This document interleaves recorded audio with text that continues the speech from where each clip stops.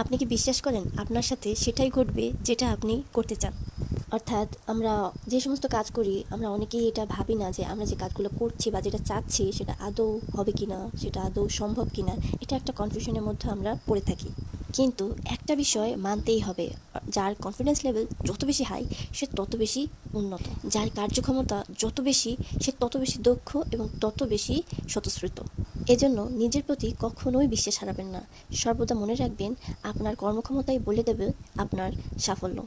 তাই সবসময় নিজের উপর আস্থা রাখুন এবং নিজের কাজের প্রতি ফোকাস রাখুন। নিজেকে এটা বিশ্বাস করান, হ্যাঁ আপনি পারছেন বা আপনার দ্বারা সম্ভব। আপনি শিখছেন প্রতিনিয়ত, কিন্তু আমরা শিখছি।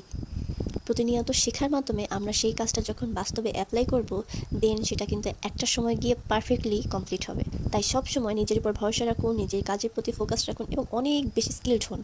আপনি যে বিষয় নিয়ে যে কাজ করছেন না কেন সেই বিষয়টা সম্পর্কে ভালোভাবে জানুন। নতুন নতুন কিছু জানার চেষ্টা করুন, নতুন কিছু শিখুন। প্রতিনিয়ত কিছু না কিছু শেখার চেষ্টা করুন। এটা আপনার জন্য খুবই গুরুত্বপূর্ণ হবে। আরেকটা বিষয় সব থেকে গুরুত্বপূর্ণ, সেটা হচ্ছে সময়ের ব্যবহার। অর্থাৎ সময়কে সঠিকভাবে ব্যবহার করা।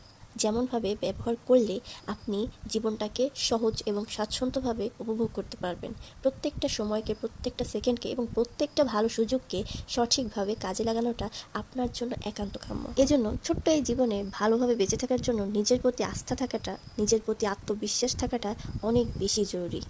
তাই নিজের প্রতি সবসময় আস্থা রাখুন।